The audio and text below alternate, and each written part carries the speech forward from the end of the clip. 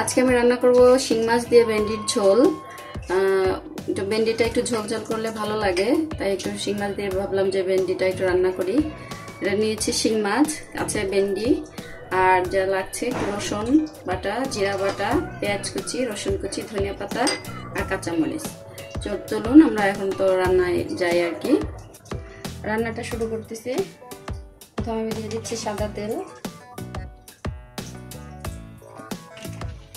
রসুন কুচি,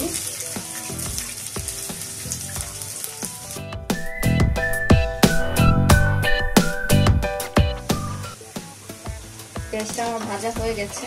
এখন আমি এর ভিতরে দিয়ে দেবো কিছুটা পানি,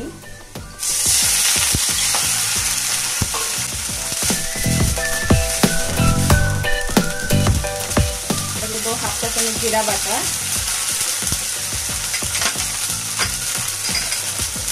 এক চা চামচ রসুন বাটা, এক চা চামচ মরিচের গুঁড়ো, হাফ চা চামচ হলুদ বাটা, হলুদের গুঁড়ো,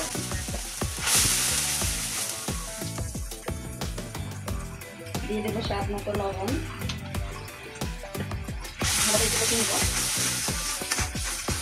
এটা আমি বেশিক্ষণ কষাবো না, কারণ এটার সাথে আমি মাছটা একটু কষাবো, তাই এখন আমি মাছটা দিয়ে দিচ্ছি। মাছটা দিয়ে আমি বেশ কিছু সময় একটু কষিয়ে নেব।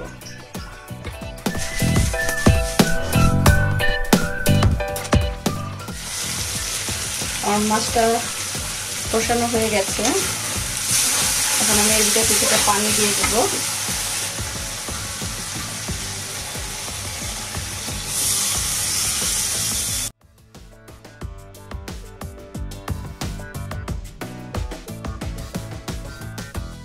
পানিটা একটু হালকা গরম হলেই এটার ভিতরে আমি ভেন্ডিগুলো ছেড়ে দিব।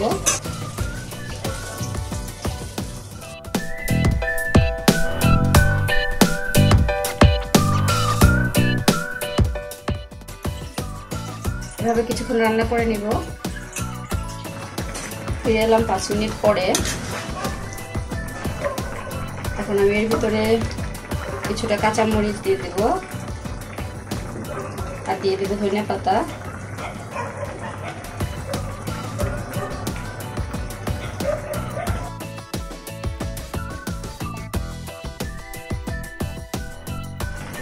ফিরে এলাম 5 মিনিট পরে।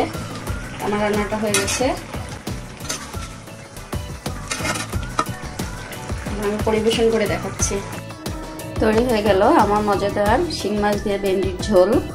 দেখতেই পাচ্ছেন কতটা সুন্দর হয়েছে।